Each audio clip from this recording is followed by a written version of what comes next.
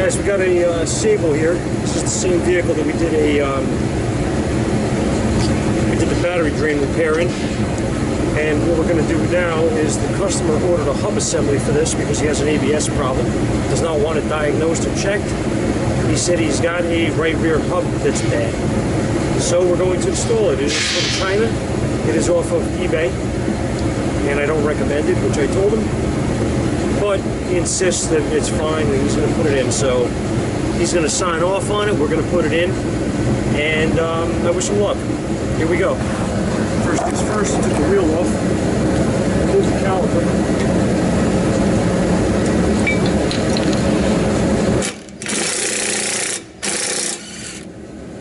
Wow, that was tight. I'm doing this on the floor because my lift is occupied. But it's alright, I don't mind.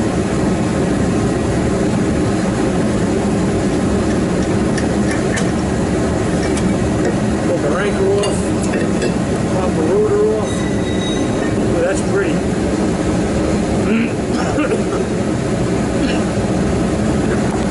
See what kind of mess we got. That looks good. Tone ring looks fantastic on here, huh? To get this off, first thing we're going to do is pop this cap off here.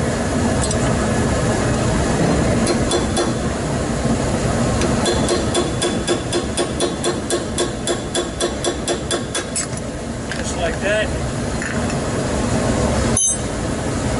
36, 35. Yeah, 35. See if my air gun's got my electric gun's got anything left. There we go. And slide her out. Not too shabby. We'll find my new one. Fellas, is our new hub assembly.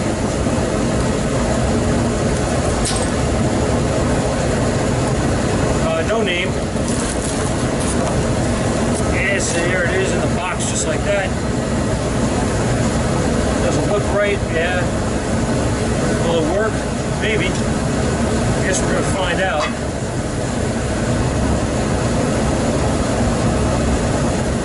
See if we can wipe off blow off some of the flooded rust that's in here.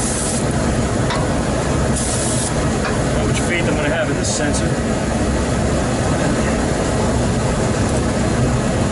Going above and beyond here, right guys? For a Chinese bearing.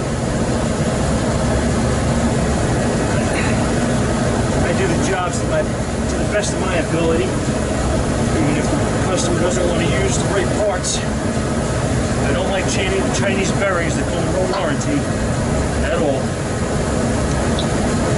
I didn't buy it, so fits. I guess that's a good sign. Alrighty, does not come with a new nut.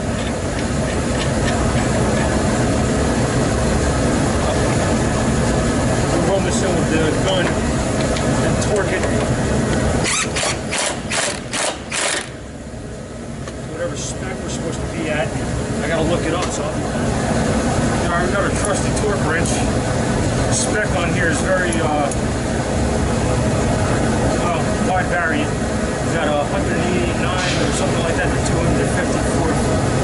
That's our spec, so we're going to go to 250. We'll lock it in. And we're going to try to torque it down.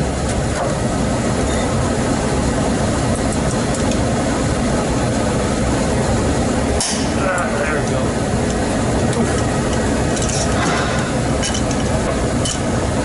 Alright.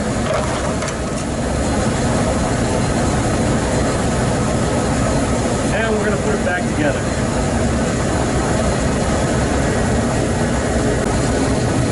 Alright. Much better. Let's put our rotor back on. Move you guys over so you can see a little better. Light. So you can see a little better.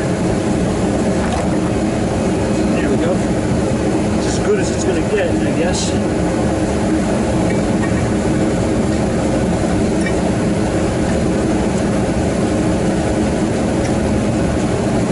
I can't see, but you guys can.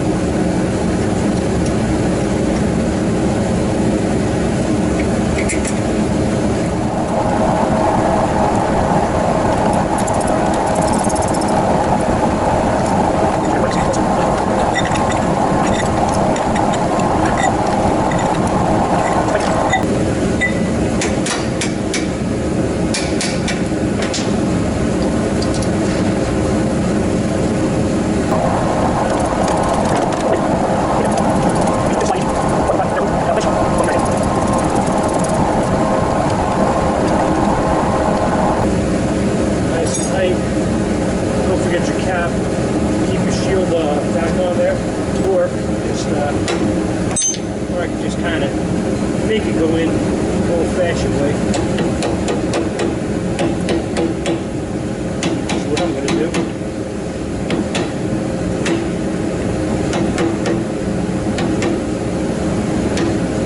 Really only a dust cap, but I like to put them back.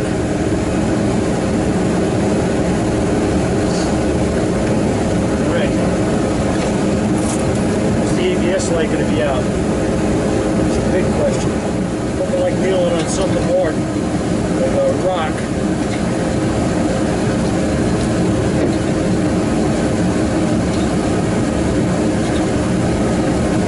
That's it, guys. We'll run the wheel on and we'll take this thing out and see if she works. Hey guys, welcome back. We're in this Mercury Sable that we put the rear hub in, and I wanted to update you guys, which is only fair. We did not fix this vehicle. Keep in mind, we did not diagnose this vehicle either. The customer wanted the rear hub replaced. He said that was the problem. We put the rear hub in, and then we went and took the vehicle on a road test, and the light came on. We returned to the shop. I called him up. I explained to him that we put the hub in, and at that point he told me that it should have fixed it. It didn't. I asked him if he'd like us to diagnose the vehicle, being that the shop that he had been to either misdiagnosed it or he misunderstood what the guy said. I would imagine it should have been written on paperwork if somebody diagnosed it. Whatever the case is, he decided he wants us to fix it. So at that point, I scan tested it and found that we have a C1145, which is the front right wheel sensor circuit. Now, this can be caused obviously by a multitude of things, right? Bad sensor, bad hub, bad wiring, bad EBCM, whatever the case is.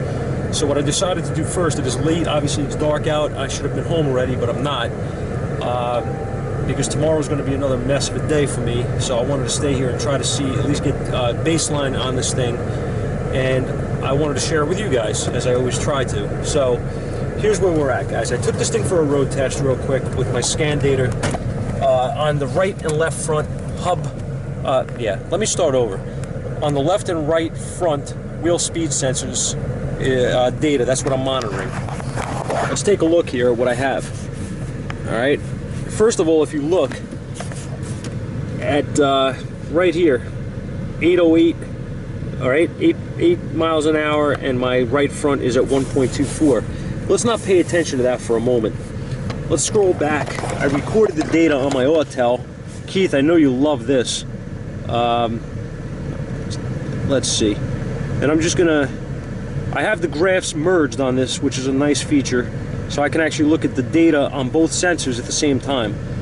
So now, what I'm looking at here is my blue trace is going to be my left front sensor, my right front sensor is going to be the green trace. Now, take into account here, these should be very close to even at all times. Now, if I look at the numerical data here, it can kind of throw me for a bit of a loop because you don't see a whole lot of a change, you know what I mean, necessarily. I may miss it, I guess. I'm not sure how this thing updates as far as, you know, I'm really not sure here. What I'm looking at is the graph. Take a look at my graph. Actually, that wasn't what I wanted to do. Sorry guys, screwed that one up. What I wanted to do is this, and I wanted to slow the time down look at a bigger picture here, right? So let's do this. I begin to accelerate. You can see they're both flatlined here at 0 miles an hour.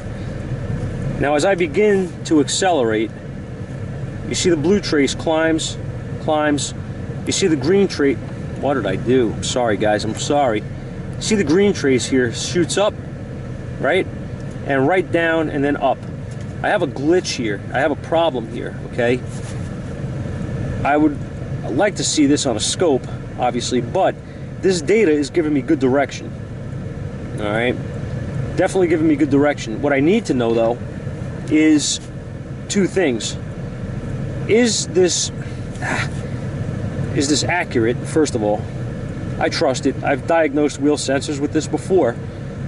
But my problem here, as always, is I always question everything, okay? You can see here as well, the graph data is off, okay? You can see that, you can see the green trace is lower, okay? And then it goes higher. Now, I may have turned the wheel at that point. That may have thrown it off, okay? What I'm looking for is steady acceleration. And I'm looking for, that's where I know I was going straight. And I'm looking for them to be relatively even, all right? A mile an hour off or so, I'm not gonna worry about. I'm looking for glitches, okay? So you can see, there's another one. Oh, I keep doing that. Okay, here's another one. Steady acceleration on the blue trace. I'm going up, I'm going faster. You see it's going from 0 to 14, 15 miles an hour or whatever, and here is a glitch. It does the same thing, almost exactly the same thing, the same dropout. Now my question here is, wow, look at this mess. Here we go. I didn't see this before. I opened the graph up a little bit and I could see it better. Look at that mess. I'm having a steady acceleration here, right? She looks good, she looks good. It flattens out here where I'm steady speed, looks good. The blue trace starts to climb and it glitches and it jumps up and down. Now, here's where I shut it down, okay? As you can see, it actually shut down on its own, and you can see here, we are declining in speed, whereas here it just glitched and shut off. Now, my question is this data accurate? What do I mean by that? What I mean by that is my Autel telling me the truth? Or better yet, is my EBCM telling me the truth? That's where I'm really concerned. What if this data that I'm seeing here is garbage because the EBCM is interpreting the data incorrectly? You guys with me? Sensors working, say, right? Everything's working, wiring's good. Everything up to the EBCM is working, and the EBCM is not working properly. It's messed up, it's got water in it, whatever, corrosion. What if that's where my issue is? It's inside this EBCM. How do I determine that? Well, scan data, this is a really good lesson. Whatever happens here, this is a really good lesson, and it made me think about a good idea for a video, which is why I'm doing this. You can have a skewed module. It's interpreting data incorrectly. But the data going in is good. But whatever you're seeing on that scan tool is what? You're seeing what the ECM or EBCM or TCM or GEM or whatever the case is, you're seeing what that module's seeing. Does it mean it's right? Absolutely not. This is where scan data can get you in trouble.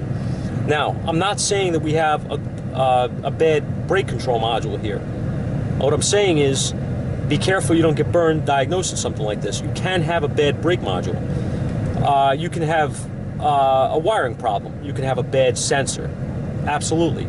How do I know that for sure with what I'm going off the data? I don't. I honestly don't. I don't know if this is a bad module or if this is a problem in the sensor or wiring. I don't know. Not 100%. How I want to find that out is I want to hook up a scope on this wire, on this signal, and I want to see what the scope is interpreting. Now, for me to do that, I can do that. I can absolutely do that. I want to hook up the scope, my Pico, more than likely, and I want to drive it with the Pico hooked up to those wires, okay, to the front, left, and right wheel speed sensors, and I want to see that graph on the scope, which is 1,000,000 times faster than what this thing is interpreting, and I want to see what it shows. If I see the same glitch in the scope data as I see here, I have a problem somewhere in the harness or in the sensor. If I don't see the same glitch in that scope that I see here, and I'm able to do this consistently, guys. I drove this car 5 or 6 times and recorded data 5 or 6 times and got the same result 5 or 6 times. If I can do this with a scope and I see the same recurring dropouts that I'm seeing here, then I know that I'm going after harness or sensor, right? I could have a bad sensor doing this, fine. If I do not see this, if I see that this scope pattern does not reflect what I'm seeing here in the data, boy, that's not good. I'm going after an EBCM at that point, because this data is being interpreted wrong inside the EBCM, and it's giving me false information into the scan tool, if that makes sense. So what we're going to do is either tomorrow, if I'm here, or Monday, I'm going to hook up a scope, and I'm going to show you guys where we're at. So you guys are going to have to wait till Monday to see this. I got to see what I'm going to do. I don't know if I'm uploading this video or if I'm going to wait until it's complete. I may do it in 2 parts. But either way, I thought this was a really cool lesson on being very careful about the data you're seeing on a scan tool. I've had multiple cases. One of them was the what the hell car was it? I think it was a Pacifica that I did an air condition repair in. That was in another shop, and they put a head unit, the AC unit in, and they put the wrong one in. It looked exactly the same and it matched up perfectly and all that, but it was interpreting the scan data, right? It was interpreting the data from the. I'm trying to remember, actually. It's been a while. I have a video on it. I think it was interpreting the data from one of the AC sensors for. I think it was for the. Oh man, I'm trying to remember. The evaporator temperature sensor, I believe it was. It was interpreting that data incorrectly. And initially, this guy never told me this thing was worked on somewhere else. He just said the AC doesn't work right. We thought it had a bad evaporator temperature sensor. So we replaced it, and I had the same problem. All right, I got burned on that one. When I finally figured out what was going on with it, I figured out that the module, I ran the part number on the module, and it was incorrect. So you got to be careful. If you have interpreted data, which is what you're seeing on the scan tool, that's wrong, you can absolutely get burned and put a part in here that it doesn't need. So we're going to verify this Monday. So stay tuned, guys. We'll see what's going on.